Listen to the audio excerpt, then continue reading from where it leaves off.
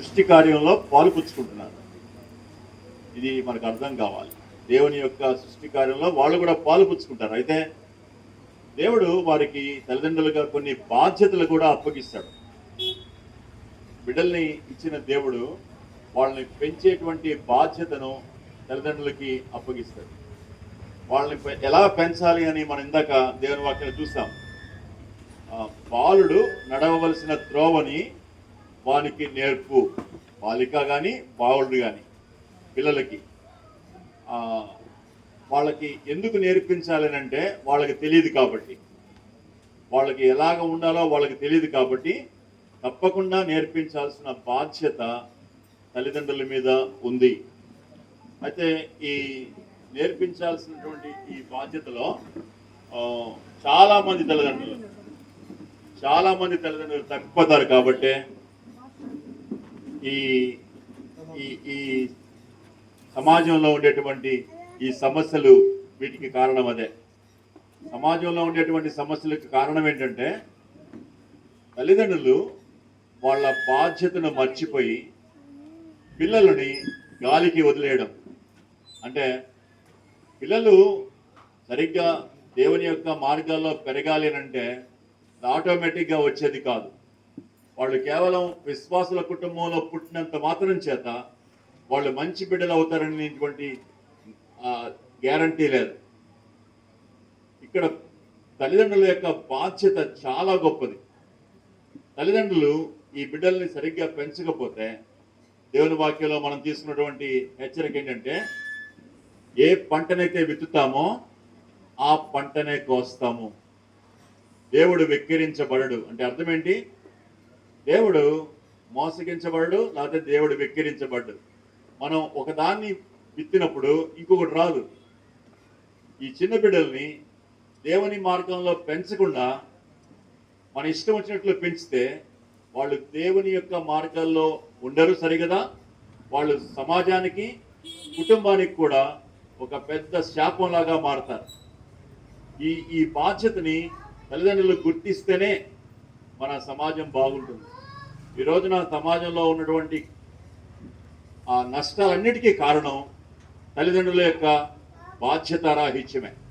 ఒక పిల్లవాడు చెడిపోయాడు అని అంటే అది పిల్లవాడి యొక్క తప్పు కాదు. పిల్లవాడు చెడిపోయాడు అంటే తప్పంతా తల్లిదండ్రులదే. తల్లిదండ్రులు వాడిని సరిగ్గా పెంచలేదు కాబట్టే బిడ్డ చెడిపోతాడు. కాబట్టి తల్లిదండ్రులు ఈ విషయంలో తగిన జాగ్రత్తలు తీసుకోవాలని దేవుని వాక్యం మనల్ని స్పష్టంగా చెప్తాం. బిడ్డల్ని ఏ విధంగా పెంచాలి, ఏ విధంగా వాళ్ళని ట్రైన్ చేయాలి. మా లోపలికి వెళ్ళండి.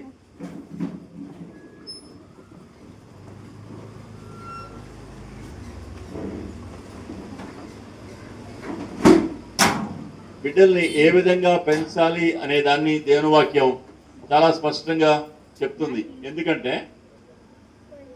పిల్లల జీవితంలో మొదటి 3 సంవత్సరాలు చాలా కీలకం. చాలామంది ఏమనుకుంటామంటే ఆ మొదటి 3-4 సంవత్సరాలు వాడికి ఏం తెలియదు అనుకుంటాం. దానికి దేవుని వాక్యం అలా చెప్పట్లేదు. బాలుడు నడవవలసిన త్రోవ, బాల్యం అనంటే మొదటి 10 సంవత్సరాలు బాల్యంగా చెప్పబడుతుంది. ఈ మొదటి 10 సంవత్సరాల్లో మళ్ళా ఈ మొదటి 3 సంవత్సరాలు చాలా చాలా ప్రాముఖ్యమైనవి. చాలా మందికి ఈ సత్యం తెలియదు. మొదటి 3 సంవత్సరాల్లో వాడికి ఏమీ తెలియదు అనుకుంటారు. కానీ చాలా చాలా ప్రాముఖ్యమైన విషయం ఏంటంటే మొదటి 3 సంవత్సరాల్లో అలవాట్లలో 50% అలవాట్లు మొదటి 3 సంవత్సరాల నుంచే వస్తాయి. వాడు మొండివాడు అవుతాడా, వాడు మంచివాడు అవుతాడా, వాడు నెమ్మదివాడు అవుతాడా, వాడు కోపిస్ట్ అవుతాడా, లేకపోతే వాడు మాట వింటాడా, మాట వినడా, ఈ విషయాలన్నీ మొదటి 3 సంవత్సరాల్లోనే నిర్ధారణ అయిపోతాయి. 3 సంవత్సరాలు అయిపోయినాయి ఇప్పుడు బెనెట్కి. చాలా విషయాలు, ఒక 50% జీవితంలో తన యొక్క అలవాట్లలో 50% అలవాట్లు ఇప్పటికే ఫామ్ అయిపోయినాయి. ఆ తర్వాత పెద్దగా మార్పు ఏమి రాదు. ఎంత ప్రయత్నించినా కూడా తర్వాత పెద్ద మార్పు ఏమి రాదు. మొదటి 5 సంవత్సరాల్లో 70% అలవాట్లు వచ్చేస్తాయి. వాని యొక్క మనస్తత్వం మొదటి 5 సంవత్సరాల్లోనే 70% ఏర్పడుతుంది. కాబట్టి మొదటి 5 సంవత్సరాలు చాలా కీలకమైన సంవత్సరాలు. సాధ్యమైతే అవి తీసేసి లోపల పెడితే మంచిది. ఆ డిస్ట్రాక్షన్ లోపల పెట్టేసేయండి, అది ఇప్పుడు ఆడుకోవడానికి కాదు. కాబట్టి తల్లిదండ్రులైన వాళ్ళు ఈ మొదటి 5 సంవత్సరాల గురించినటువంటి సరైన జాగ్రత్త తీసుకోకపోతే వాళ్ళు తర్వాత ఎంత తలబాదుకున్నా కూడా వాళ్ళ చేతులు దాటిపోతాయి. కాబట్టి ఈ విషయంలో తల్లిదండ్రులు చాలా జాగ్రత్త వహించాల్సి ఉంటుంది. ఇక్కడ తండ్రి బాధ్యత ఉంది, తల్లి బాధ్యత కూడా ఉంటుంది. ఒక్క తల్లి బాధ్యతే కాదు. కాబట్టి బిడ్డల్ని ఏ విధంగా పెంచాలి, వాళ్ళు ఏ విధంగా వాళ్ళని ట్రైన్ చేయాలి అనే విషయాన్ని దేవుని వాక్యం చాలా స్పష్టంగా చెప్తా ఉంది. ఈ 5 సంవత్సరాల్లో పిల్లలకి చెప్తే అర్థం కాదు, వాళ్ళు గ్రహించలేరు. అయితే ఒకటి మాత్రం సత్యం, వాళ్ళు ఏమైతే చూస్తారో, ఏమైతే వింటారో చెవులతోటి, అవి మాత్రం మెదడులో రికార్డ్ అవుతూ ఉంటాయి. మనకి తెలియని విషయం ఏంటంటే మొదటి 5 సంవత్సరాల్లో వాళ్ళు ఏమైతే చూస్తారో, ఏమైతే వింటారో అవన్నీ కూడా వాళ్ళ మెదడులో రికార్డ్ అవుతాయి. ఆ తర్వాత వాళ్ళు పెరిగి పెద్దవాళ్ళైన తర్వాత, వాళ్ళు పెళ్ళైన తర్వాత కూడా దీని యొక్క ప్రభావం వాళ్ళలో చాలా ఎక్కువగా ఉంటుంది. అందుకనే ఈ 5 సంవత్సరాల కీలక సంవత్సరాల్లో తల్లిదండ్రుల ప్రవర్తన, తల్లిదండ్రులు ఏ విధంగా వాళ్ళకి తమను తాము ప్రత్యక్షపరచుకుంటారు అనేది చాలా చాలా ప్రాముఖ్యం. బిడ్డ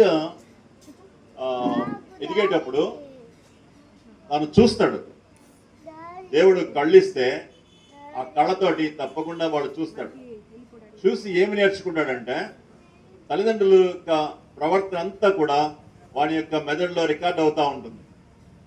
వాళ్ళు ఏ విధంగా ఒకరితో ఒకరు ప్రేమగా మాట్లాడుకుంటున్నారు, ఏ విధంగా ఒకరినొకరు సహించుకుంటున్నారు, ఏ విధంగా ఒకరికొకరు సహాయం చేసుకుంటున్నారు, ఏ విధంగా వాళ్ళు సంబోధించుకుంటున్నారు, ఏ విధంగా వాళ్ళు తమ ప్రేమను వ్యక్తం చేసుకుంటున్నారు, ఇవన్నీ కూడా ఆ బిడ్డ చూస్తూనే ఉంటాడు.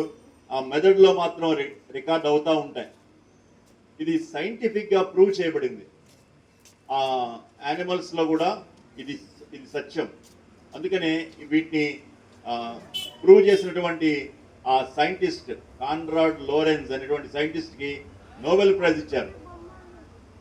అంటే ఎంత ప్రాముఖ్యం అంటే చిన్న బిడ్డ యొక్క మనసులో ఇంప్రింటింగ్ అని అంటారు దాన్ని. ఇంప్రింటింగ్ అంటే వాళ్ళు చూసినట్లుగా వాళ్ళ యొక్క మెదడులో అది ఒక ముద్రలాగా అయిపోతుంది.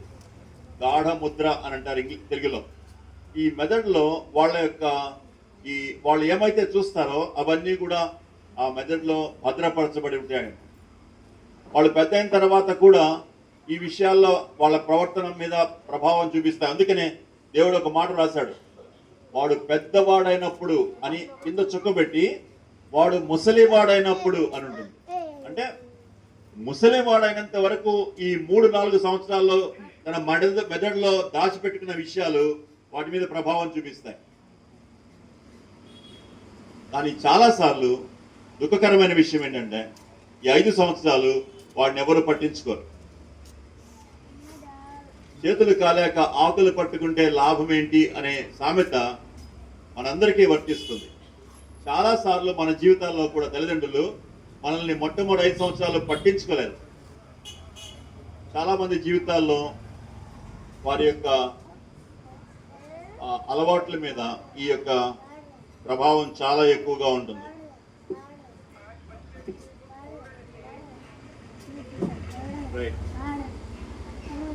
భార్యాభర్తలు ప్రేమగా ఉంటే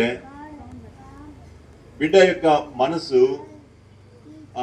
సహనం, ఓర్పు, ప్రేమ ఇలాంటి పాజిటివ్ థింగ్స్ వస్తాయి.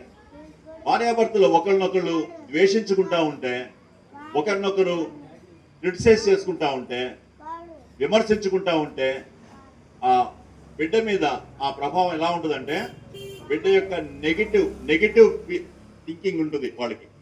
ఒకవేళ భర్త కానీ భార్యను ఎక్కువగా విమర్శిస్తున్నాడు అనుకోండి, నువ్వు అలాంటి దానివి ఇలాంటి దానివి బిడ్డ చూస్తాడు. వాడు ఏమనుకోడు, వాడు చూస్తూ ఉంటాడు. కానీ వాని మనసులో బయట ఇంకొక వ్యక్తిని ద్వేషించాలి అనేటువంటి ఒక తలంపు అతనికి పర్మనెంట్గా ఉండిపోద్ది. ఇతరుల్ని కష్టపెట్టాలి, ఇతరుల్ని తన మాటతోటి కష్టపెట్టాలి అనేటువంటి మనస్తత్వం వస్తుంది. కాబట్టి భార్యాభర్తల యొక్క మాటలు, భార్యాభర్తల మధ్యలో ఉండేటువంటి ప్రవర్తన, భార్యాభర్తల మధ్యలో ఉండేటువంటి సద్భావం, ఇవన్నీ కూడా బిడ్డ మనస్తత్వం మీద చాలా ప్రభావం చూపిస్తాయి. గర్భంలో ఉన్న దగ్గర నుంచి కూడా బిడ్డ మీద మాటలు ప్రభావం చూపిస్తాయని దేవుని వాక్యంలో ఉంది. యేసు ప్రభు మరియమ్మ గర్భంలో ఉన్నప్పుడు యోహాన్ దగ్గరికి వెళ్ళింది, ఎలిజబెత్ దగ్గరికి వెళ్ళింది. ఎలిజబెత్ గర్భంలో ఉన్నటువంటి బిడ్డ ఆ మాటలు విని సంతోషంతో గంతులు వేశాడు అనేటువంటిది. ఇప్పుడు సైంటిస్టులు చెప్పేది ఏంటంటే, బిడ్డ గర్భంలో ఉన్నప్పుడు మ్యూజిక్ పెట్టమంటున్నారు. మ్యూజిక్ పెట్టడం వల్ల అతనిలో ఎంతో ఆరోగ్యవంతమైనటువంటి అభివృద్ధి జరుగుతుంది అని అంటున్నారు. కారణం, వాని యొక్క మెదడు మీద అవి ప్రభావం చూపిస్తాయి. ఇక బయటకు వచ్చిన తర్వాత ఇక మాటలు ఎంత ప్రభావం చూపిస్తాయో ఆలోచించండి. చాలా మందికి ఈ విషయం తెలియక ఇష్టం వచ్చినట్టు బిడ్డల ముందు వాగ్వివాదం పెట్టుకుంటారు, బిడ్డల ముందు పోట్లాడుకుంటారు, బిడ్డల ముందు ఒకరినొకరు విమర్శించుకుంటారు, బిడ్డల ముందు కొట్టుకుంటారు. ఇవి వారిలో ఒక నెగిటివ్ థింకింగ్ని ఏర్పాటు చేస్తాయి. చాలామంది బిడ్డలు అలాగ తయారైపోవడానికి కారణం తల్లిదండ్రులే. అందుకనే తల్లిదండ్రులు సరిగ్గా వాళ్ళని పెంచకపోతే దాని ప్రభావం వాళ్ళ మీద జీవితాంతం ఉంటుంది.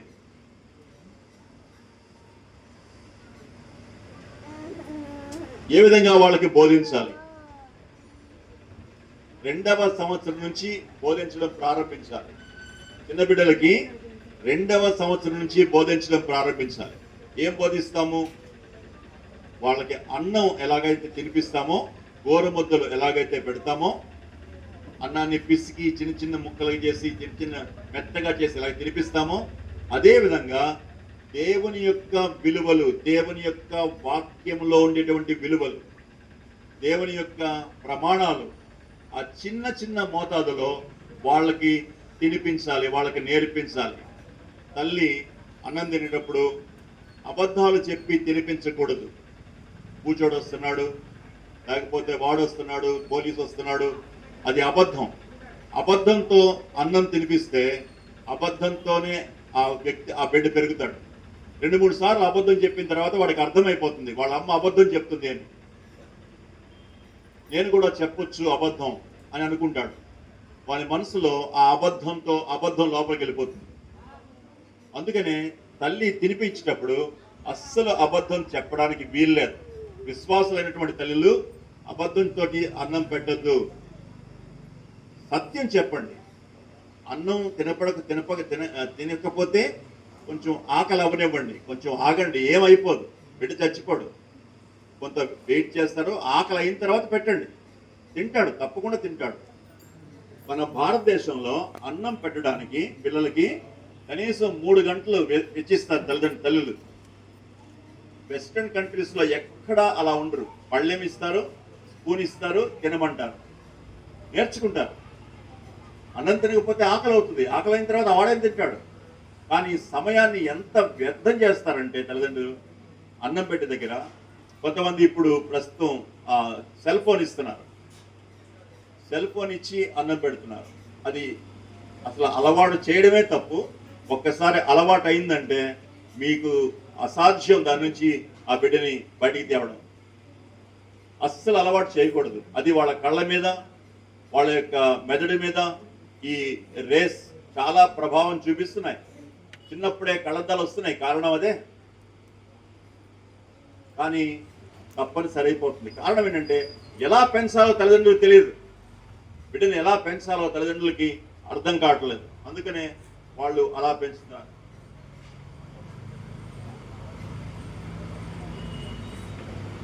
బిడ్డలు చిన్నప్పుడే తల్లిదండ్రుల యొక్క ప్రవర్తనని దైవ సంకల్పిత, దైవికమైన ప్రవర్తన చూడాలి.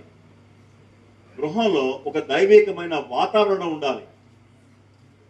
బిడ్డ వాడికి మనలాగా ఇలాగా దేవుని వాక్యం చూసి వాడికి చెప్తే ఏం అర్థం కాదు.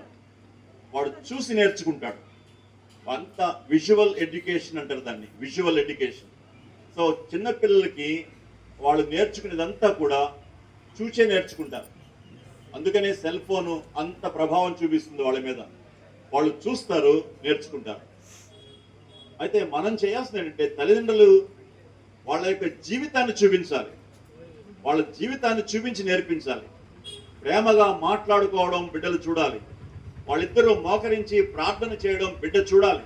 వాళ్ళిద్దరూ మోకరించి బైబిల్ చదువుకోవడం బిడ్డ చూడాలి. వాళ్ళిద్దరూ కూడా దేవుని యొక్క సత్యాలు మాట్లాడుకోవడం బిడ్డ వినాలి. ఒకరినొకరు సహాయం చేసుకోవడం బిడ్డ చూడాలి. భర్తకు భార్య, భార్యకు భర్త సహాయం చేసుకోవడం బిడ్డ చూడాలి. చూసి నేర్చుకుంటారు. చూసి నేర్చుకోకుండా చూసి నేర్చుకునేటువంటి వాతావరణం ఆ ఇంట్లో లేకపోతే బిడ్డ నేర్చుకోలేడు. అందుకనే మాదిరికరమైనటువంటి జీవితాన్ని తల్లిదండ్రులు బిడ్డకి చూపించాలి.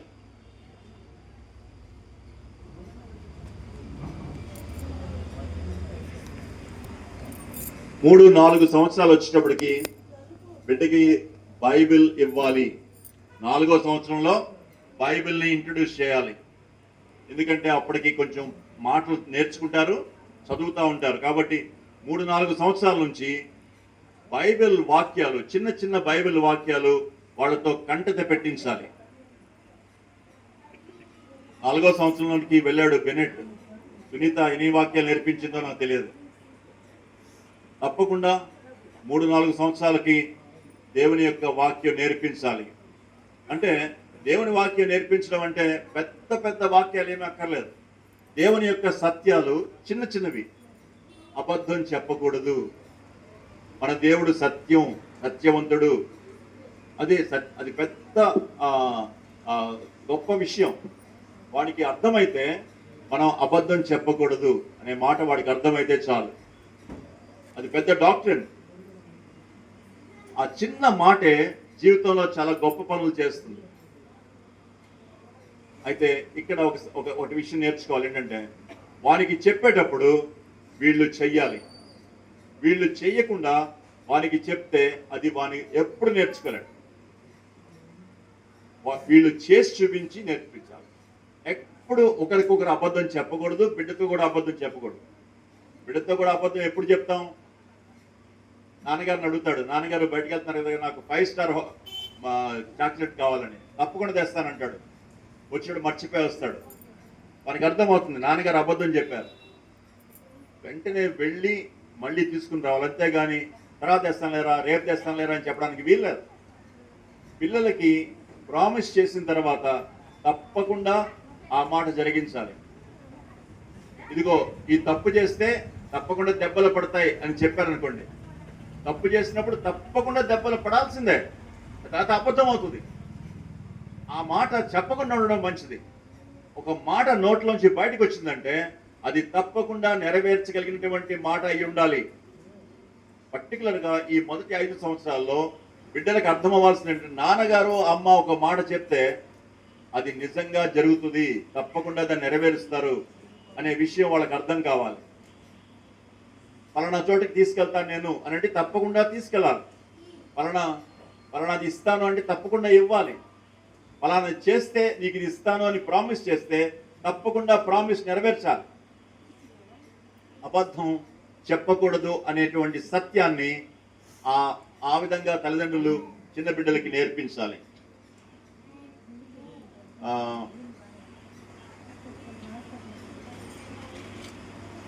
బిడ్డలు రక్షించబడ్డానికి బెస్ట్ టైం ఏంటంటే, బెస్ట్ వయసు 5 సంవత్సరాల నుంచి 12 సంవత్సరాల లోపల. 5 సంవత్సరాల నుంచి 12 సంవత్సరాల లోపల చిన్న బిడ్డలు రక్షణ అనుభవానికి వెళ్ళాలి.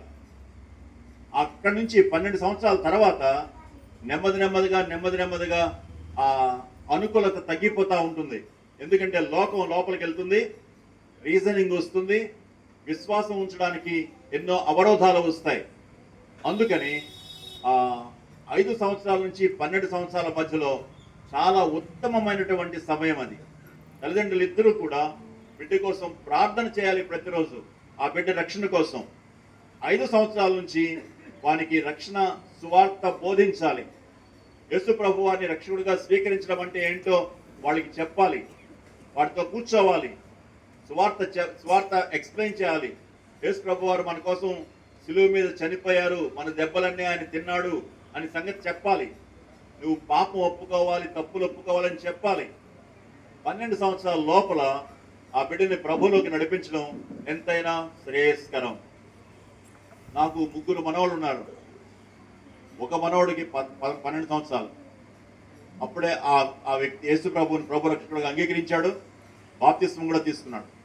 ఇంకొక 2 మనవళ్ళు ఉన్నారు, ఒకడికి 9, ఒకడికి 7. వాళ్ళ కోసం ప్రార్థన చేస్తున్నాం. దేవుడు తప్పకుండా 12 సంవత్సరాల లోపలే వారిని కూడా రక్షించాడని నమ్ముతున్నాను. ఒక మనవడు అప్పుడు రక్షించబడ్డాడు. మనం ప్రార్థన చేయాలి. యోబు ప్రతిరోజు తన బిడ్డల కోసం ప్రార్థన చేశాడని ఉంది. మన హృదయ వాంఛల్ని దేవుడు తీరుస్తాడు.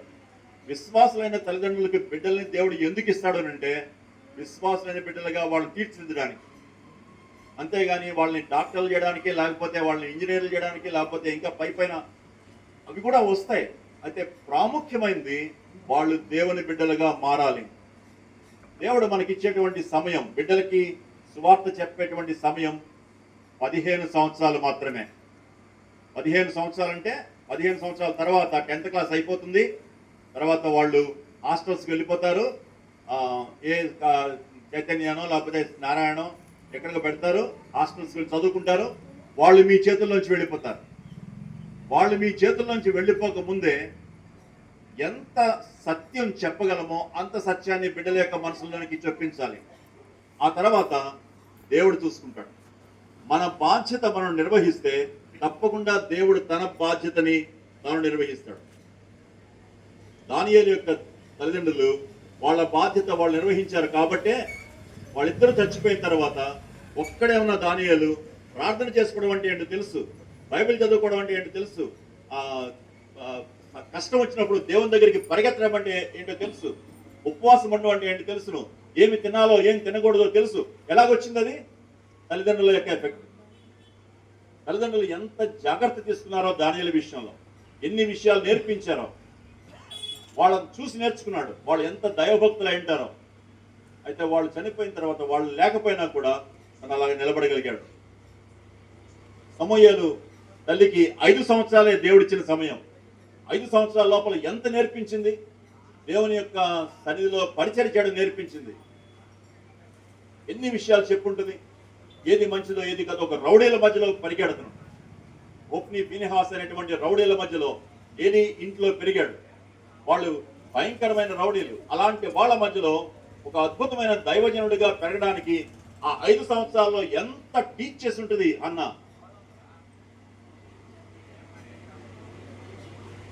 దేవుడు మన హృదయవాంఛలు తీరుస్తాడు. తప్పకుండా మన యొక్క ఆశను ఆయన తీరుస్తాడు. ఎప్పుడంటే మన బాధ్యత మనం నిర్వర్తించినప్పుడు. ప్రేమించాలి, బిడ్డల్ని ప్రేమించాలి. బిడ్డల్ని ప్రేమించే వాళ్ళు ప్రేమించకుండా ఉండేవాళ్ళు ఉంటారా అనుకోవచ్చు మీరు. కానీ చాలా మంది బిడ్డల్ని, వినీతకైతే ఒక బిడ్డే ఉన్నాడు, 2, 3 ఉన్న పిల్లలు. కొంతమంది అందంగా ఉంటే అందంగా ఉన్న వాళ్ళని ఎక్కువ ప్రేమిస్తారు, అందంగా లేని వాళ్ళని తక్కువ ప్రేమిస్తారు. బాగా చదువుకునే వాళ్ళని ఎక్కువ ప్రేమిస్తారు, కొంచెం మొద్దు వాళ్ళని తక్కువ ప్రేమిస్తారు. నైపుణ్యాలు ఎక్కువ ఉన్న వాళ్ళని ఎక్కువ ప్రేమిస్తారు. తల్లిదండ్రుల యొక్క ప్రేమ కండిషన్స్ బట్టి ఉండకూడదు. వాళ్ళ యొక్క నైపుణ్యాల బట్టి, వాళ్ళ యొక్క అందచందాల బట్టి, వాళ్ళ యొక్క అంతస్తు, వాళ్ళ యొక్క దీన్ని బట్టి ఉండకూడదు. అది అన్కండిషనల్గా ఉండాలి. పక్షపాతం చూపించడానికి వీల్లేదు.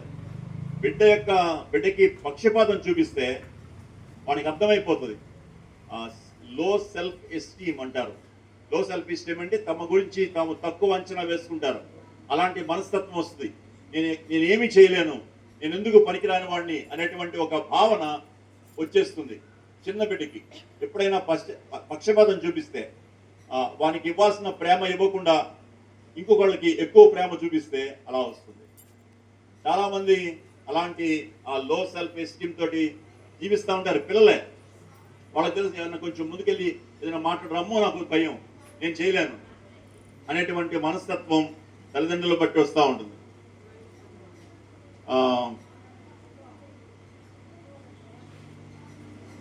ఇక క్రమశిక్షణకు వస్తే, క్రమశిక్షణ అనేది ప్రేమించడంలో ఒక భాగం. చాలామందికి ఉండేటువంటి ఒక భావన ఏంటంటే, బిడ్డ ఏది అడిగితే అది ఇవ్వడం ప్రేమ అనుకుంటారు. అది ప్రేమ కానే కాదు. దేవుడు కూడా మనం ఏది అడిగితే అది ఇవ్వడు. దేవుడు ఏది ఎప్పుడు ఇవ్వాలో అప్పుడే ఇస్తాడు. ఏది అడిగితే అది ఇచ్చి నేను నా బిడ్డని చాలా ప్రేమిస్తున్నాను అనుకోవడం బుద్ధిహీనత. సునీతకి ఒక్కడే కొడుకు కాబట్టి చాలా గారాభంగా పెంచి ఉండొచ్చు. నేనంటాను గారాభం చాలా డేంజరస్. గారాభంగా చూడొచ్చు, ప్రేమించవచ్చు, చాలా చాలా అపురూపంగా పెంచుకోవచ్చు. కానీ క్రమశిక్షణ అవసరం. క్రమశిక్షణ అనంటే ఎక్కడ సరి చేయాలో అక్కడ సరి చేసి తీరాల్సిందే. దేవుని వాక్యంలో ఒక మాట ఉంది. సామెతలు 13వ అధ్యాయం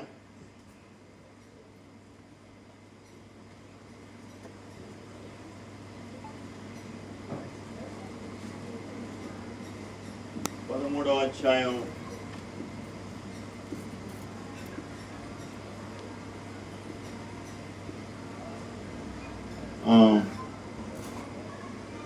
24వ వచనం.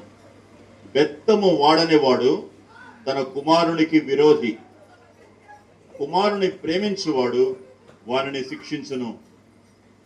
బెత్తం వాడాల్సిందే అంటే అర్థం ఏంటి? చేతులు వాడకూడదని అర్థం. దయచేసి తల్లిదండ్రులు ఉన్నారు, జాగ్రత్తగా గమనించండి. చాలా మంది తల్లిదండ్రులు చేతులతో కొడతారు.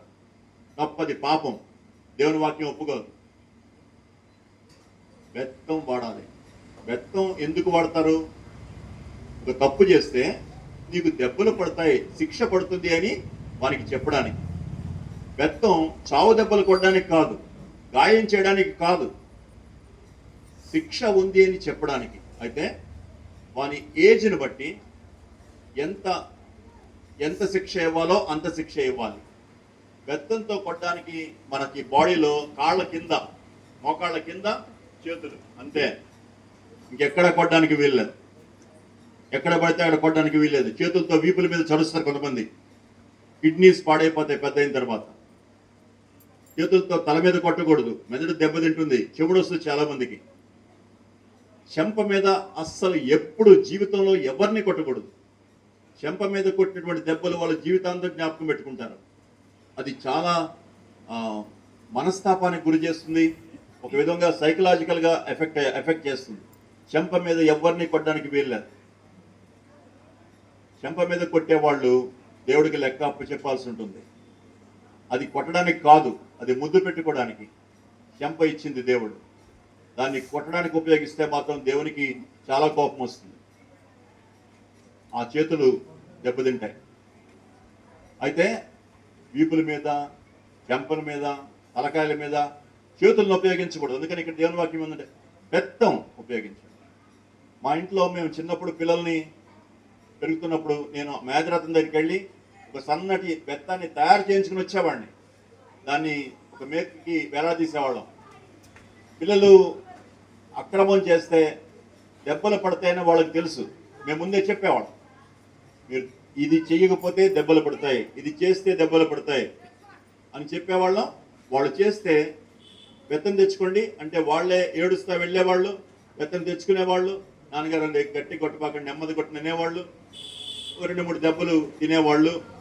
తర్వాత కొట్టిన తర్వాత, శిక్ష వేసిన తర్వాత తప్పకుండా వాళ్ళతో మాట్లాడాలి. తప్పకుండా మాట్లాడాలి. కూర్చోబెట్టి ఎందుకు కొట్టావు, ఏం తప్పు చేశావు, ఆ తప్పు ఏం చేస్తుంది దానివల్ల అది తప్పకుండా దాన్ని వాళ్ళు చెప్పక తప్పదు. తప్పకుండా ఆ విషయాన్ని వాళ్ళతో మాట్లాడాలి, వాళ్ళతో ఎక్స్ప్లెయిన్ చేయాలి. వాళ్ళు చేసిన తప్పేంటో చెప్పాలి, దేవుడు ఏ విధంగా బాధపడతాడో చెప్పాలి. ఆ విధంగా శిక్షించిన తర్వాత వాళ్ళతో మాట్లాడలేకపోతే శిక్షించడానికి అర్హత ఉండదు. శిక్షించడం మన కోపాన్ని తీర్చుకోవడానికి కాదు, శిక్షించడం వాడు నరకంలోకి వెళ్లకుండా బయటికి రావడానికి. దేవుని వాక్యం ఉంది, బెత్తము వాడని వాడు తన కుమారునికి విరోధి. అట్టివాడు వాడిని నరకంలోకి వెళ్లకుండా వెళ్ళేట్టు చేస్తాడని ఉంది ఇంకో చోట సామెత గ్రంథంలో ఉన్నాయి. కాబట్టి శిక్ష అనేది ప్రేమలో ఒక భాగం. దేవుడు కూడా శిక్షిస్తాడు. ఎబ్రీ పత్రిక 12వ అధ్యాయం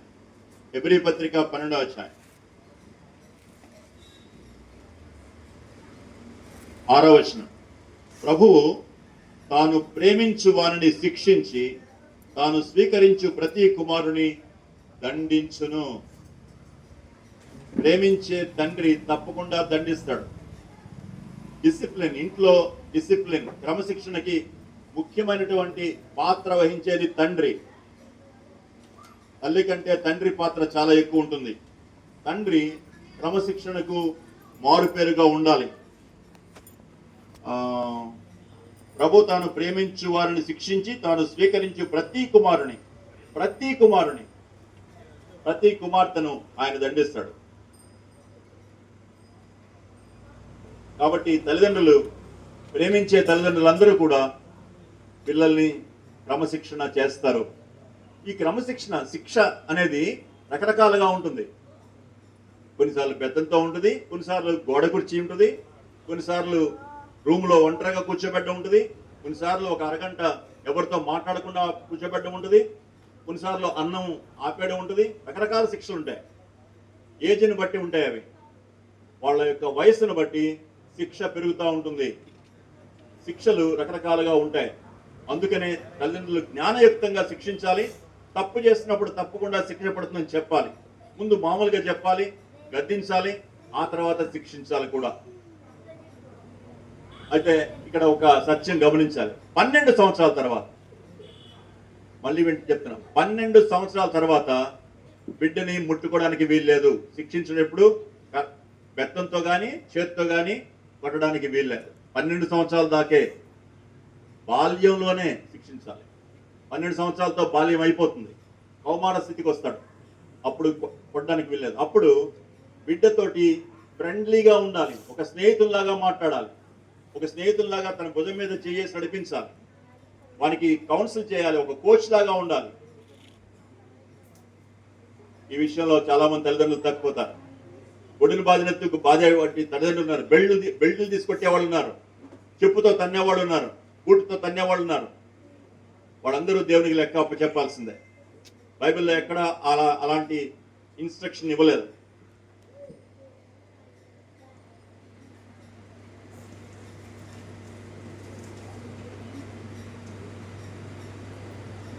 పిల్లలతో కలిసి ఆడి పాడేటువంటి తల్లిదండ్రులు తప్పకుండా వాళ్ళకి శిక్షించే అధికారం ఉంటుంది. పిల్లలతో ఆడకుండా పాడకుండా వాళ్ళతో కలిసి వాళ్ళ సంతోషంలో పాలుపుచ్చుకోకుండా వాళ్ళని శిక్షించే అధికారం తల్లిదండ్రులకు ఉండదు. తండ్రులు ప్రత్యేకంగా పిల్లలతో ఆ చక్కటి కలిసిమెలిసి ఉండేటువంటి జీవితం తల్లిదండ్రులకి ఉండాలి. మూడవదిగా, నేర్పించడంలో మాదిరి జీవితం. తల్లిదండ్రులు వాళ్ళ ముందు ఒక మాదిరి జీవితం జీవించాలి. పిల్లవాడు ఎక్కడి నుంచి నేర్చుకుంటాడు? కాకపోతే ఒక ఆడపిల్ల ఎక్కడి నుంచి నేర్చుకుంటుంది? తల్లిదండ్రుల నుంచే. తల్లిదండ్రులే వాళ్ళకి మొదటి గురువులు. వాళ్ళకి నేర్పించేదంతా కూడా తల్లిదండ్రులే. ఎటికెట్ అని అంటారు. అంటే ఎటికెట్ అంటే మర్యాదలు నేర్పించాలి. పెద్దవాళ్ళతో ఎలా మాట్లాడాలి, పెద్దవాళ్ళతో మాట్లాడేటప్పుడు చేతులు ఎలా కట్టుకోవాలి, పెద్దవాళ్ళని ఎలా సంబోధించాలి, తల్లిదండ్రులు నేర్పించాలి. ఫోన్ చేసేటప్పుడు ఎలా నవలాలి, ఎలా శబ్దం లేకుండా నవలాలి, ఎలాగా పళ్ళెం చుట్టూ పడిపోకుండా పెట్టుకోవాలి, ఇది నేర్పించాలి. చాలామందికి నేను కొంతమందిని చూస్తాను, పెద్ద కుర్రాళ్ళు, యంగ్ బాయ్స్, వాళ్ళు మాట్లాడేటప్పుడు సొల్లు పడుతూ ఉంటుంది కొన్నిసార్లు మీదకి. వాళ్ళు తినేటప్పుడు శబ్దం అవుతూ ఉంటుంది. కొంతమంది మధ్య తాగితే బుర్రమని శబ్దం చేస్తారు. నేను అనుకుంటాను, వాళ్ళ అమ్మ నాన్న వాళ్ళకి చెప్పలేదు పాపం అనిపిస్తుంది. ఇది తల్లిదండ్రుల యొక్క మిస్టేక్. ఇంటి దగ్గర నేర్పించాలి. తల్లిదండ్రులు ఇంటిని శుభ్రంగా పెట్టుకోవడం నేర్పించాలి. గత్తరగా ఎక్కడ పడితే అక్కడ కాగితాలు, ఎక్కడ పడితే తొక్కలు ఇంట్లో ఉన్నాయనంటే తల్లిదండ్రుల మిస్టేక్ అది. శుభ్రత నేర్పించాలి. బట్టలు ఉడికిన తర్వాత మడతవేడు నేర్పించాలి. కొంచెం పెద్దవగానే 5 సంవత్సరాలు రాగానే పిల్లలకి పనులు నేర్పించాలి. వాళ్ళ యొక్క వాళ్ళకి శుభ్రంగా అమర్చుకోవడం నేర్పించాలి. పొద్దున్న లేచిన తర్వాత దుప్పటి సరిగ్గా పెట్టుకోవడం, టక్ చేయడం, మడతలు లేకుండా దాన్ని స్ప్రెడ్ చేయడం నేర్పించాలి. వేరుశనగ విత్తనాలు తినగానే ఇక్కడ తొక్కలు పడేయకుండా ఉండడం, అన్ని తిరిగి ట్రాష్ బిన్లో వేయడం నేర్పించాలి. ఒక చోట జాగ్రత్తగా పెట్టుకోవడం, శుభ్రంగా ఉండడం అనేది తల్లిదండ్రులు నేర్పించాల్సిన విషయం. శుభ్రత దైవత్వానికి తర్వాత వచ్చేది శుభ్రత. Godliness, cleanliness is second to godliness అన్నారు. Cleanliness is second to godliness. ఒక ఇంట్లో మురికి ఉంటే, ఒక ఇంట్లో బూజులు ఎలాడుతూ ఉంటే, ఒక ఇంట్లో ఎక్కడ చూసినా మురికి ఉంటే అది విశ్వాస కుటుంబం కాదు అని చెప్పేయచ్చు. విశ్వాసుల కుటుంబం, దైవిక వాతావరణం ఉన్న కుటుంబంలో మురికి ఉండదు. జీవితంలో మురికి ఉండదు, ఇంట్లో కూడా మురికి ఉండదు. క్రమంగా పెట్టుకుంటారు, అరలు చక్కగా సర్దుకుంటారు, మురికిని మంచాల కింద తోసేయరు, బయటికి తీసుకొచ్చి శుభ్రంగా తీసి బయటపడేస్తారు. ఇది దైవిక లక్షణం. విశ్వాసులు బయటకు ఒకలాగా లోపల ఒకటి ఉండేవాళ్ళు కాదు. అలా ఉన్నారంటే వాళ్ళ వేషధారులు అంటాం. హాలు మాత్రమే చక్కగా క్లీన్గా సర్దుకుంటారు, గదులు మాత్రం చాలా అసహ్యంగా ఉంటాయి. కొంతమంది హాలు మాత్రం బ్రహ్మాండంగా ఉంటుంది, అది వేషధారణ. బయటికి మాత్రం మంచిగా ఉంటారు, ఆదివారం సంఘంలో బాగుంటారు, ఇంటి దగ్గర మాత్రం దయ్యాల్లాగా ఉంటారు. ఇదే మాదిరి పిల్లలు నేర్చుకునేది. రెండు రకాల జీవితాలు, డబుల్ స్టాండర్డ్స్. ఇంట్లో ఉండేటువంటి తల్లిదండ్రులు కానీ డబుల్ స్టాండర్డ్స్ ఉంటే పిల్లలకి కూడా వేషధారణ అలవాటు అవుతుంది. ఓహో, బయట ఎలా ఉండొచ్చు, లోపల ఎలా ఉండొచ్చు. మా నాన్నగారు గుడిలో ఒకలా ఉంటాడు, ఇంట్లో ఒకలా ఉంటాడు, కాబట్టి నేను కూడా ఉండొచ్చు అని పిల్లలకి ఒక అబద్ధ జీవితాన్ని నేర్పిస్తాం. పిల్లల్ని బట్టి చెప్పేయచ్చు వాళ్ళ తల్లిదండ్రులు ఎలాంటి వాళ్ళు, పిల్లల్ని బట్టి చెప్పేయచ్చు. కుటుంబ ప్రార్థన అనేది చాలా చాలా ప్రాముఖ్యం. కుటుంబ ప్రార్థనలో దేవుడు మన మధ్యలో ఉన్నాడు అని చెప్పొచ్చు. బిడ్డకి దేవుడు ఇక్కడే కూర్చుంటాడు, మరి దేవుడు కనబట్టలేదు కదా అంటాడు పిల్లడు. దేవుడు మన కళ్ళ కనబడేవాడు కాదు, దేవుడు అదృశ్యుడు అనే సత్యం నేర్పించు. ఎన్ని డాక్టర్స్ నేర్పించవచ్చు చిన్న వయసులో. దేవుని యొక్క సన్నిధి ఉంటుంది. ఎందుకంటే మన అబద్ధం చెప్పట్లేదు. ఎక్కడ ఇద్దరు ముగ్గురు ఉంటారో అక్కడ దేవుడు ఉంటాడని చెప్పాడు. తన నామం పేరుట ఎవరైతే ఇద్దరు ముగ్గురు చేస్తారో దేవుని వాక్యం చెప్తుంది అక్కడ దేవుడు ఉంటాడు. ఆ సత్యాన్ని వాళ్ళకి చెప్పాలి. కుటుంబ ప్రార్థన మన కోసం కాదు, పెద్దవాళ్ళ కోసం కాదు. కుటుంబ ప్రార్థన పిల్లల కోసం. పిల్లల యొక్క వయసును బట్టి కుటుంబ ప్రార్థన డిజైన్ చేసుకోవాలి. వాళ్ళకి ఒక 5 నిమిషాలు. ఇప్పుడు బెనెట్ వయసు ఉంది 3 సంవత్సరాలు. 3 సంవత్సరాల బెనెట్కి 10 నిమిషాలు, 5 నిమిషాలు, 10 నిమిషాలే ఫ్యామిలీ ప్రేయర్. బెనెట్ 10 సంవత్సరాల వాడు అవుతాడు. అప్పుడు అరగంట సేపు ప్రార్థన చేయాలి. అరగంట సేపు ఉంటుంది కుటుంబ ప్రార్థనలో. ఒక చిన్న కథ, ఒక వాక్యం, ఒక పాట ఉంటాయి. 17 సంవత్సరాలు అయినప్పుడు మరి ఇంకా ఎక్కువగా ఉంటుంది, కొంత వాక్య ధ్యానం కూడా ఉంటుంది. వయసును బట్టి కుటుంబ ప్రార్థన పెట్టుకోవాలి. కుటుంబ ప్రార్థన అయిపోయిన తర్వాత బిడ్డలకి ఆ ప్రార్థన అయిపోయిన తర్వాత తల్లిదండ్రులు మళ్ళీ వెళ్ళి ప్రార్థన చేసుకోవాలి.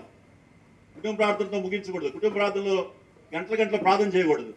బిడ్డ యొక్క వయసును బట్టి ఒక 2-3 నిమిషాలు, ఒక 5 నిమిషాలు ప్రార్థన, అంతవరకే. అలాగా కుటుంబ ప్రార్థనని బిడ్డల కోసం డిజైన్ చేసుకోవాలి. కుటుంబ ప్రార్థన అనగానే బిడ్డలు సంతోషంతో రావాలి, అంతే అమ్మ బాబోయ్ అనుకోకూడదు. సంతోషంతో వచ్చేటట్లుగా డిజైన్ చేసుకోవాలి. ఇవి వాళ్ళు జీవితాంతం మర్చిపోలేరు. మీరు 5 సంవత్సరాల లోపల వాళ్ళ కుటుంబ ప్రార్థన అలవాటు చేస్తే వాడి జీవితాంతం అది ఫాలో అవుతాడు. కుటుంబ ప్రార్థన లేని ఇళ్ళు దైవిక వాతావరణాన్ని కోల్పోతాయి.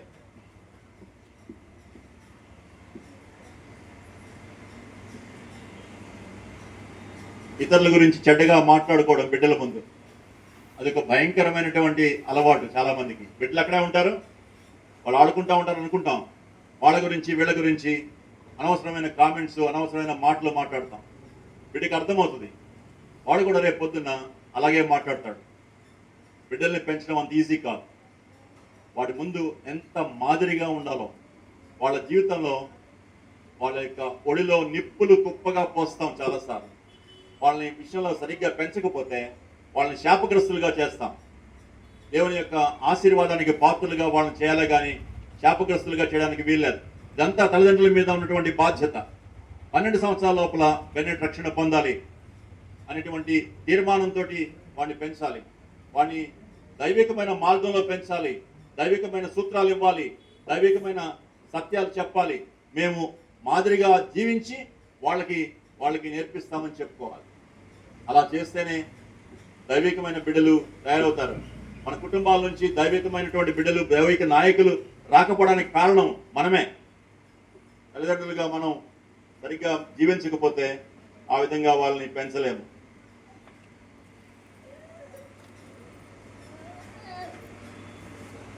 పిల్లల్ని ఎప్పుడు కూడా ఇంకొకరితో పోల్చకూడదు. ఎప్పుడు అదిగో వాడు చూడు ఎలా ఉన్నాడు, వాడు బాగా చదువుకుంటున్నాడు, నువ్వేంటి ఇలా ఉన్నావు, వాడికి ఇదిగో మంచిగా ఆడుకుంటాడు, నువ్వేంటి ఇలా ఉన్నావు. ఎప్పుడు ఎవరితో పోల్చబాకండి. పిల్లలకి అది ఇష్టం ఉండదు. అన్నతో తమ్ముడితో కానీ లేకపోతే చెల్లితో కానీ ఎప్పుడు పోల్చడానికి వీల్లేదు. ఏ బిడ్డ ఆ బిడ్డే అంతే. వానికి ఉన్న మనస్తత్వం వాడిది. లాంటి వాడు జీవితంలో ప్రపంచంలో ఇంకెక్కడా ఉండడు. దేవుడు అలాంటి ఒక వ్యక్తిని ఇచ్చాడు కాబట్టి వాని వ్యక్తిత్వాన్ని గౌరవించండి. ఎవరితో పోల్చొద్దు మీ పిల్లల్ని. సో ఈ కొద్ది విషయాలు మీ ముందు ఉంచుతున్నాను దైవవాక్యంలోంచి. బెనెట్ తల్లిదండ్రులు ఈ విషయాలు తప్పకుండా తీసుకుని వాడిని ఒక దైవికమైన వ్యక్తిగా చేస్తారని నమ్ముతున్నాను. దేవుని యొక్క చర్చిల్లో కొంతమంది పిల్లలు పరిగెడతా ఉంటారు అటు ఇటు. వాళ్ళకి ఎందుకు పరిగెడతారంటే వాళ్ళకి దేవుని యొక్క సన్నిధి అంటే వాళ్ళకి తెలియదు. తల్లిదండ్రుల బాధ్యత, తల్లిదండ్రులు తప్పది. దేవుడు ఉంటాడు ఇక్కడ అనే దైవ భయం వాళ్ళకి చెప్పాలి. దేవుని యొక్క భయం వాళ్ళకి ఉండాలి. లేకపోతే దేవుని వాక్యం, దేవుని యొక్క సన్నిధి ఇవ్వాల్సినటువంటి ఆ గౌరవం వాళ్ళు ఇవ్వలేరు.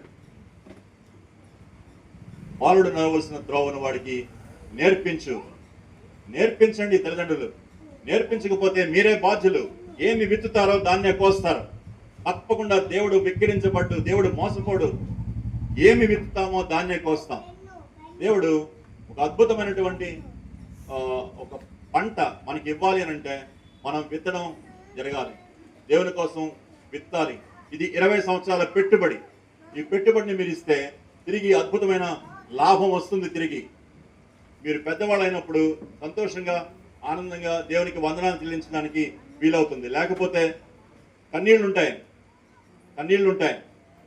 ఈ హెచ్చరిక తీసుకుంటూ దేవుని యొక్క దీవెనలు ఆ చిన్న బిడ్డ మీద ఉండాలని, వాడిని పెంచడానికి కావలసిన శక్తి బలాన్ని దేవుడు తల్లిదండ్రులకు ఇవ్వాలని కోరుకుంటూ ముగిస్తున్నా.